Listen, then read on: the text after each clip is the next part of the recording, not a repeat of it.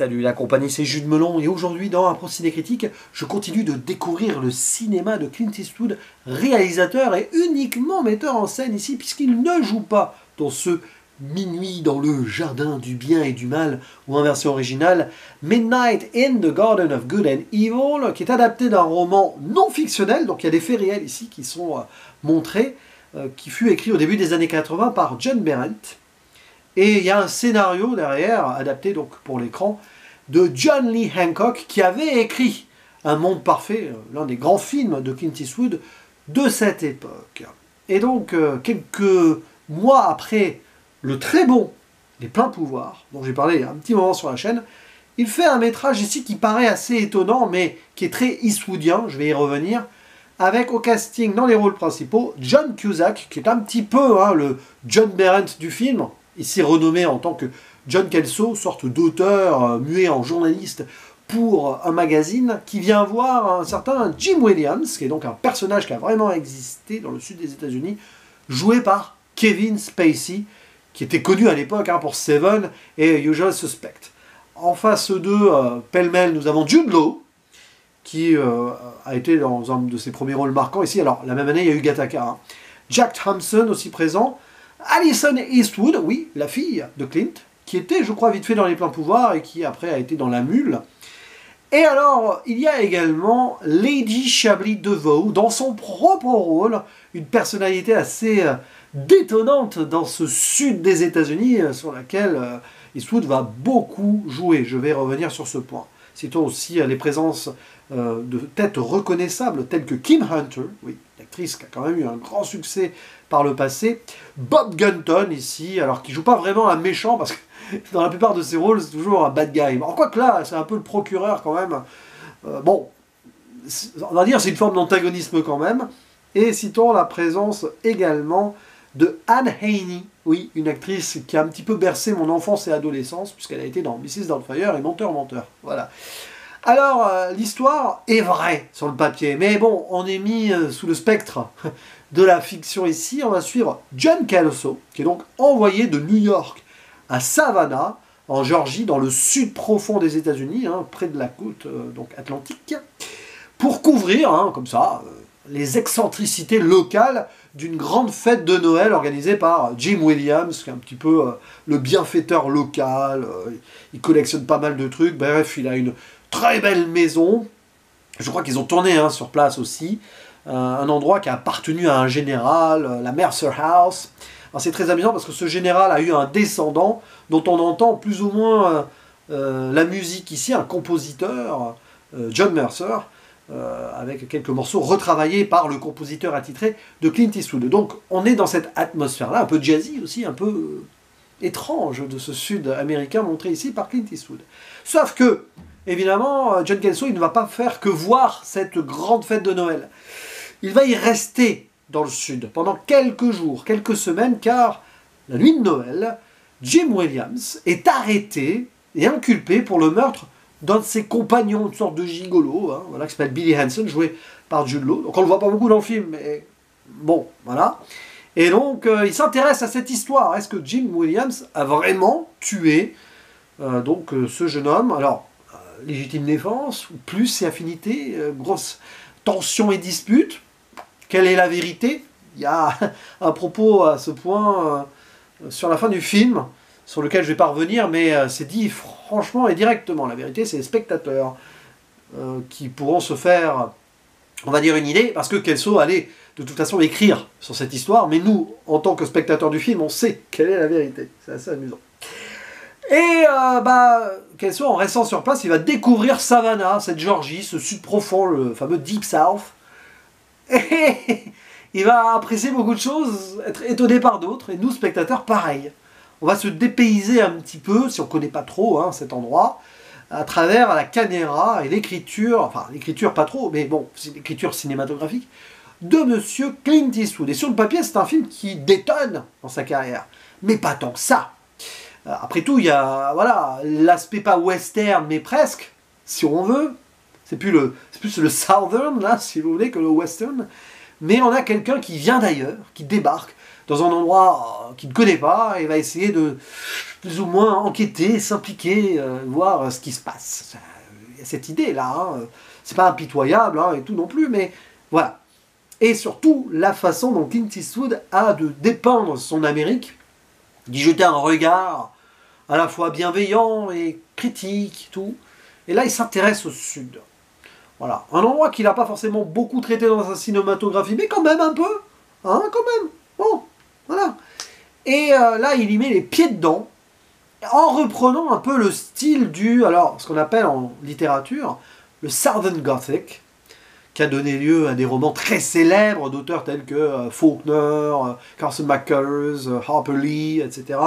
Daniel Wallace, pour Big Fish de Tim Burton, qui est vraiment l'une des grandes œuvres cinématographiques du Southern Gothic, avec Angel Heart de Alan Parker. Alors là, on n'est ni dans l'un ni dans l'autre, c'est beaucoup moins violent que Angel Heart, c'est pas vraiment un conte à la Big Fish, mais vous voyez un petit peu l'aspect étrange de ce Sud, notamment mystique. Parce que l'aspect Southern Gothic, ici, au-delà donc des décors, de cette maison et tout, des lieux, des personnages, il y a aussi le côté conversation avec les morts, à travers le personnage de Minerva, là, joué par Irma P. Hall, qui est une sorte de prêtresse, alors vaudou, houdou, je ne sais pas exactement quelles sont les croyances là, précises, mais connexion entre la mort et la vie, entre the good and the evil, hein, parce que le Midnight in the Garden of the Good and Evil, c'est un peu l'idée qu'à un moment, il se retrouve dans un cimetière, midnight, avant minuit, connexion avec le bien, après minuit avec le mal, et on règle ses comptes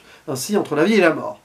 Et le jardin, c'est le cimetière. Et le film s'ouvre sur ce cimetière, avec cette statue, qui fait la balance, hein, on voit comme ça, un truc à brevoir à oiseaux, soi-disant, mais c'est donc l'équilibre entre le bien et le mal qui va être, on va dire, trituré à travers un film qui est particulier, parce qu'il est long, pour ce que ça raconte et ce que ça doit dire, même c'est limite trop long, et clairement, oui, ça l'est, mais c'est dans l'idée de cette longueur, cette pesanteur du Southern Gothic, où le temps se dilate un peu, et où on va s'intéresser à Clint Eastwood, c'est ça qui le passionne dans ce film, au-delà de l'histoire, hein, qui a eu lieu vraiment, un truc qui s'est vraiment passé, c'est de dépeindre les lieux et les personnages qui font le folklore local. Et il y va à fond. C'est Clint Eastwood, il prend pas des gants, il ose des trucs, avec un aspect très progressiste aussi, parce que Eastwood c'est ça, hein. Certes un petit peu conservateur d'une nostalgie américaine, mais aussi défense de diversité, idées progressistes sur certains points. Et là, c'est l'un des premiers films grand public hollywoodien, hein, je crois, si je dis pas de bêtises, à engager ouvertement et frontalement, dans son propre rôle du coup, une femme transgenre, donc Lady Chablis DeVoe, qui interprète donc elle-même en tant que showgirl locale, et pas que, elle va être très amie avec John Kelso aussi, qui va être entourée de différentes femmes, hein. Celle qui est jouée par la fille de Clint Eastwood, et même donc la prêtresse, la Minerva, et c'est un peu pour ça qu'il reste aussi. Par amitié avec Lady Chablis DeVoe, il y a un magnifique jeu qui se fait entre les deux, et c'est les meilleurs moments du film en fait. Et cette histoire un peu de romance avec le personnage de Mandy, joué donc par Alison Eastwood. Et derrière, va savoir, du coup, c'est Jim Williams, là tué par légitime défense ou non, il va finir en prison, le procès, alors les scènes de procès, tout ça, les scènes de vérité, de flashback, ou de confrontation, justement, hein, good and evil, à un moment, les morts sont pas vraiment morts. Et alors le film, en fait, il fonctionne par son, j'ai envie de dire, ses à côté. C'est particulier parce que, en soi, il y a des gros défauts dans cette œuvre, mais quand tu acceptes l'idée que tu vas surtout t'intéresser et t'amuser sur les trucs qui sont vraiment secondaires, mais vraiment, tu te dis, il y a des scènes, mais pourquoi elles sont là?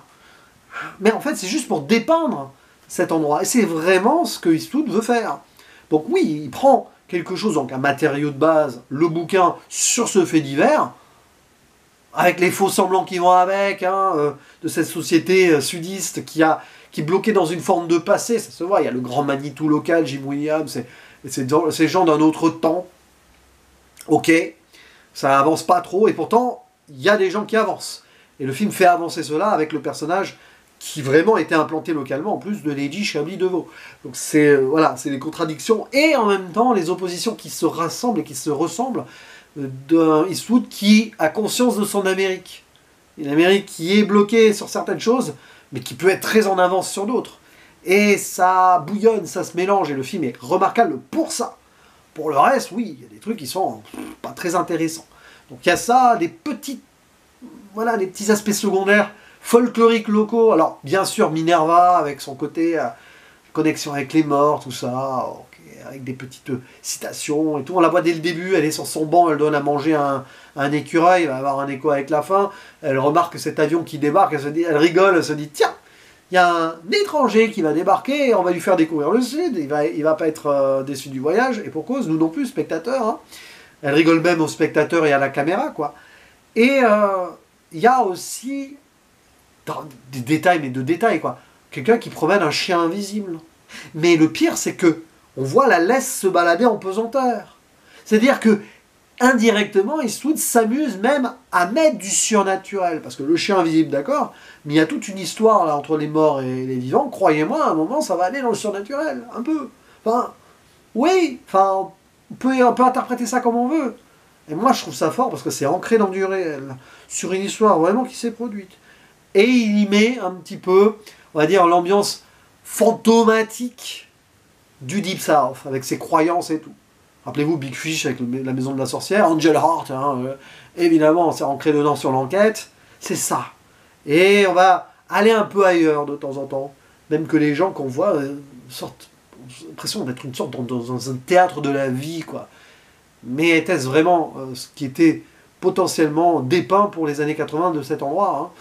Ça donne envie d'y aller, hein, à Savannah. Hein. Bon, peut-être que c'est quand même très différent aujourd'hui, mais de voir tout ça mélangé. Il y a le gars avec ses mouches aussi. Il y a un monsieur qui est joué d'ailleurs par un des amis de Eastwood, Geoffrey Lewis, qui tient des mouches en laisse, et qui menace d'empoisonner l'eau.